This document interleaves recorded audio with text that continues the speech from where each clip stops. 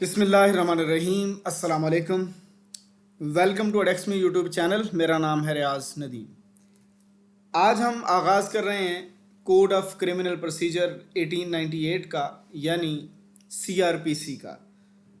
CrPC ये दरअसल एसडीईओ का जो एग्ज़ाम हो रहा है, पीपीएससी ले रहा है, उसमें सिलेक्टेड सेक्शंस दिए हुए थे, सिलेक्टेड पोर्शन दिए हुए थे। तो उसमें अरेस्ट का पोर्शन आज हम करेंगे और उसके बाद ट्रायल वगैरह का पोर्शन इसके बाद देखा जाएगा। अरेस्ट के हवाले से सबसे पहले हम अरेस्ट को जनरली देखेंगे, फिर अरेस्ट विदाउट वारंट्स देखेंगे, फिर अरेस्ट विद वारंट्स, उसका प्रोसीजर सारा देखेंगे।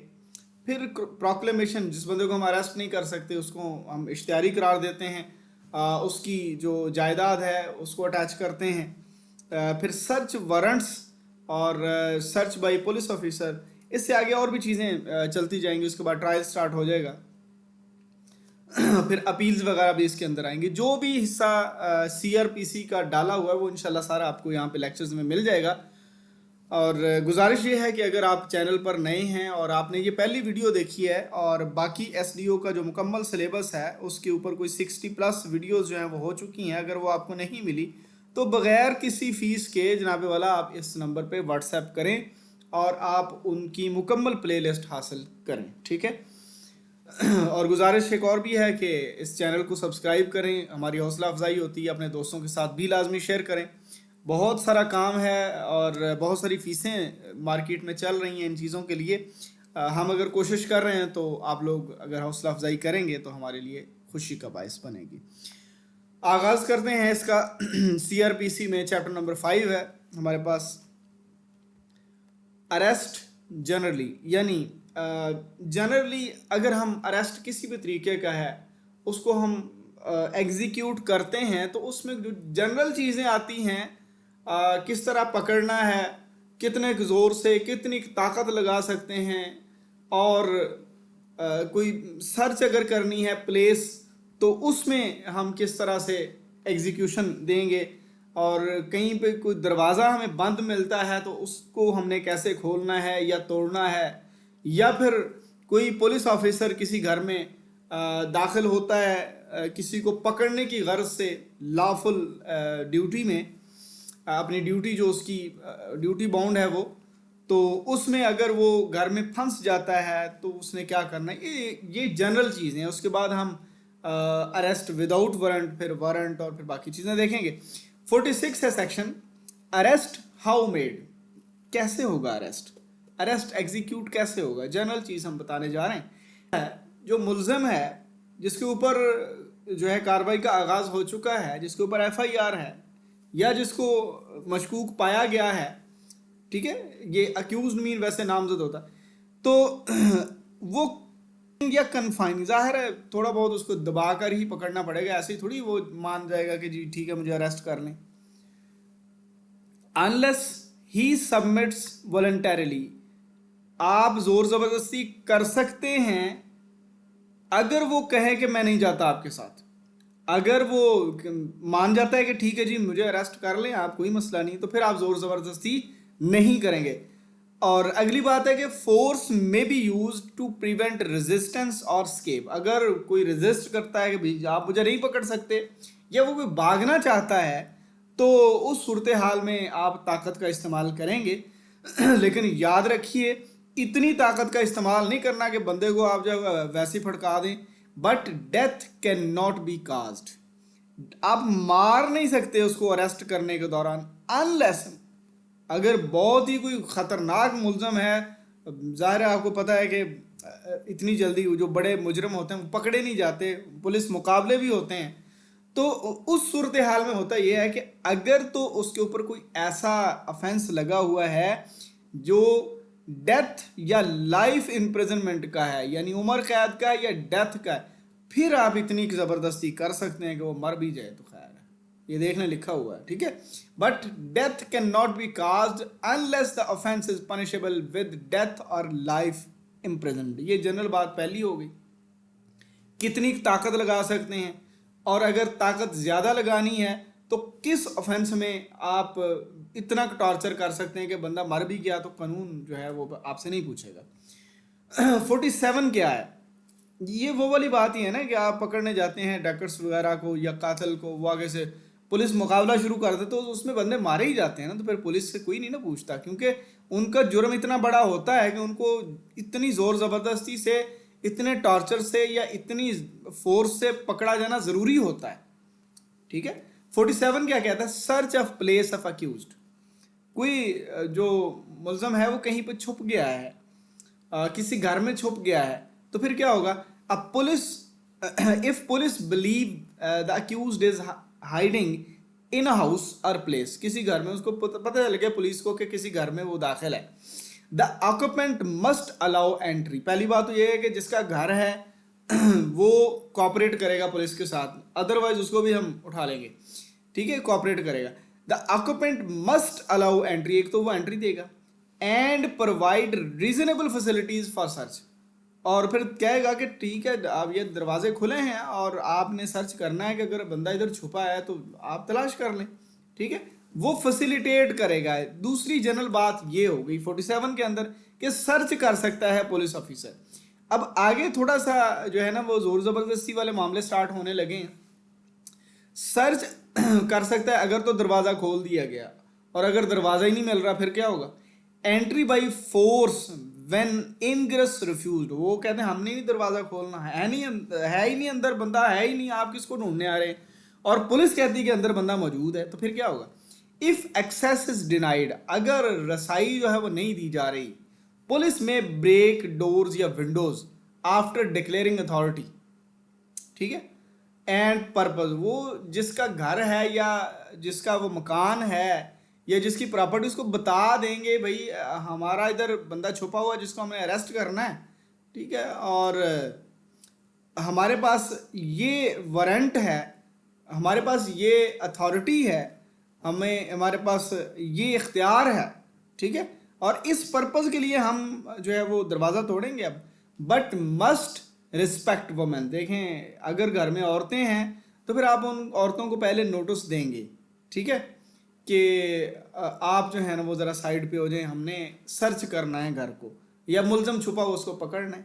ठीक है, but must respect women's quarter या जनाना जिसको हम कहते हैं, बाई गिविंग नोटिस, उनको नोटिस देना है, अपॉर्चुनिटी टू विदड्रॉ फर्स्ट, उनको साइड पे होने का आपने पहले मौका देना है। ठीक है, तीसरी जनरल बात ये 48 में बता दी गई है कि घर में अगर दाखिला नहीं मिल रहा तो फिर आपने कैसे जाना है, और अगर घर में औरतें हैं तो फिर कैसे जाना है। ठीक है, 49 कहता है ब्रेकिंग ओपन फॉर लिबरेशन। अब इस तरह है कि पुलिस ऑफिसर जो है वो किसी को पकड़ने में किसी घर में दाखिल हुए हैं, बाहर वाला दरवाज़ा या कोई और अंदर वाला दरवाज़ा, किसी रूम का दरवाज़ा जो है वो बाहर से बंद कर दिया गया। अब वो क्या होगा? Breaking open for liberation, police can break या ओपन डोर्स। ठीक है, ब्रेक कर सकती है, ओपन कर सकती है डोर या विंडो, टू रेस्क्यू देमसेल्व्स, अपने आप को रेस्क्यू करने के लिए, या अदर्स, या उनका अपना कोई जो है मुलाजम अंदर गया था तो वो बाहर नहीं आया तो फिर दरवाज़ा बाहर वाला भी तोड़ सकता है, अंदर वाला भी तोड़ सकता है। लॉफुली वो गया था, अनलॉफुली नहीं गया। अनलॉफुली जाएगा तो फिर तो मामले और है ना। लॉफुली गया था, ड्यूटी बाउंड था, अंदर जाके फंस गया है, डिटेन हो गया है, तो उसके लिए वो अंदर से भी दरवाज़ा तोड़ सकता है, बाहर से उसका कोई साथी भी दरवाज़ा तोड़ सकता है जब वो अरेस्ट करने के लिए अंदर गया हुआ था। 49 में ये बात भी बता दी गई। नेक्स्ट हम देखते हैं 50 में। देखें, बंदे को पकड़ तो लिया, ठीक है, अब उसको ज़बरदस्ती रस्सा बांधा जा रहा है या उसको हथकड़ी लगाने के बाद भी नुक्कर में लगा के गाड़ी में दबाई जा रहे हैं, वो चीज़ ज़रूरी नहीं है। Know unnecessary restrain. देखें, आपने किसी अक्यूज्ड पर्सन को पकड़ लिया है तो इसका मतलब ये नहीं है कि आपने उसको जनाब उसका जीना हराम कर देना, उसको सांस लेना मुश्किल कर देना। An arrested person should not be subjected to more restraint. ज़्यादा नहीं हम उसको दबाएंगे देन इज नेसेसरी, जितना उसके उसके भागने से उसको रोकने के लिए, टू प्रिवेंट एस्केप, हम उसको दबा सकते हैं या पकड़ सकते हैं या उसको जो है वो काबू में रख सकते हैं, उतना ही, इससे ज्यादा जनाबे वाला हम उसकी सांस नहीं बंद करेंगे, ठीक है। Know unnecessary restraint. 51 क्या है, ये 50 में भी एक जनरल बात है कि कितनी की ताकत हम लगाएंगे, अननेसेसरी टॉर्चर हम उसको नहीं करेंगे। 51 क्या है, search of arrested persons. Police में search the arrested person and take custody of articles. देखें, बंदा जो पकड़ा है उसको सर्च करना, सर्च ऑफ अरेस्टेड पर्सन, गिरफ्तार शुदा बंदे की तलाशी लेना, ये वो बात हो रही, बंदा सर्च करने की बात नहीं हो रही, बंदे की तलाशी की बात हो रही। पुलिस में search the arrested person and take custody of articles, जो उसके पास चीजें हैं वो ले सकती है पुलिस, एक्सेप्ट एसेंशियल क्लॉथिंग, जो जरूरी कपड़े हैं वो नहीं आपने उतारने उसके, specially when bail is not furnished. जब बेल नहीं हुई तो फिर आप उसको इस तरह जो है वो नहीं कर सकते। अगर बेल हुई हुई है तो फिर तो बंदा आज़ाद है ना, फिर तो अदालत उसको बुलाती है ना अपने लिहाज से। जब आप जो है इंटरम बेल करवाते हैं या दूसरी बेल है तो उसमें तो आप अदालत से बाउंड हो जाते हैं, तो आप खुद अदालत पहुंच जाते हैं। अदालत फिर आपको तारीखें देना शुरू कर देती है, तो उस सिलसिले में जो है वो पुलिस फिर नहीं पकड़ती। पुलिस फिर रिकॉर्ड या तफ्तीश के लिए तो आपको बुला सकती है, लेकिन फिर अरेस्ट नहीं करती अनटिल अनलेस के अदालत से आपकी जमानत ना खारिज हो जाए। 52 क्या है, सर्च ऑफ वुमेन। जिस तरह एक बंदे को सर्च किया जा रहा है ना, इसी तरह औरत अगर अक्यूज्ड है तो औरत को भी सर्च किया जा सकता है, यानी औरत की भी तलाशी ली जा सकती है, ठीक है। सर्च ऑफ वुमेन, जिस तरह सर्च ऑफ अरेस्टेड पर्सन है ना, सर्च ऑफ वुमेन है, ये औरत को नहीं तलाश करना, औरत की तलाशी लेना, ये वो है। 52 इजाजत देता है। अब वो, लेकिन कैसे आप इजाजत, ये किस तरह, इसकी कुछ शराइत भी हैं। A women must be search, औरत की तलाशी मस्ट बी सर्च, जरूरी है कि कैसे ली जाए, ओनली बाई अनदर वुमेन, कोई औरत उसकी तलाशी ले सकती है, लेडी पुलिस ऑफिसर ले सकती है। And the process must follow decency and respect. देखें, कस्टम्स होती हैं, पर्दादार औरतें हैं, और आप उनकी पर्दादारी को या उनकी रिस्पेक्ट को या उनकी जो डिग्निटी है उसको आप ब्रीच नहीं कर सकते, ठीक है। अक्यूज्ड है वो अपनी जगह पे है, लेकिन इंसानियत की एक डिग्निटी है, औरत की एक इज्जत है, उसको पमाल नहीं किया जा सकता, ठीक है। नेक्स्ट हमारे पास 53 जनरल चीज है, ये भी हो गया। सर्च कैसे, तलाशी कैसे लेनी है, ये भी हो गया।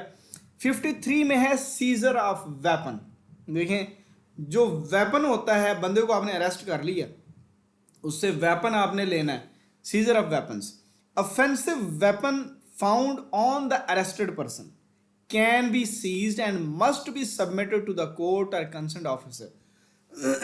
अदालत ने अगर कहा कि बंदे को गिरफ्तार करें तो आप अदालत में बंदा बमा उसके ये वेपन ले जाएंगे कि जनाब इसके पास ये असला था। और अगर आपको किसी पुलिस ऑफिसर ने कहा तो आप उसके पास असला समेत उसका जो भी उससे मिला है वो ले जाएंगे, ठीक है।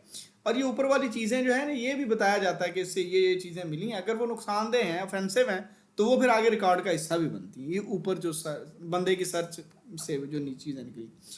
अच्छा, वेपन भी सीज हो गया। अब इस हिस्से में जो है जो जनरल चीज़ें हैं उसमें 53A है हमारे पास, medical examination in sexual offences.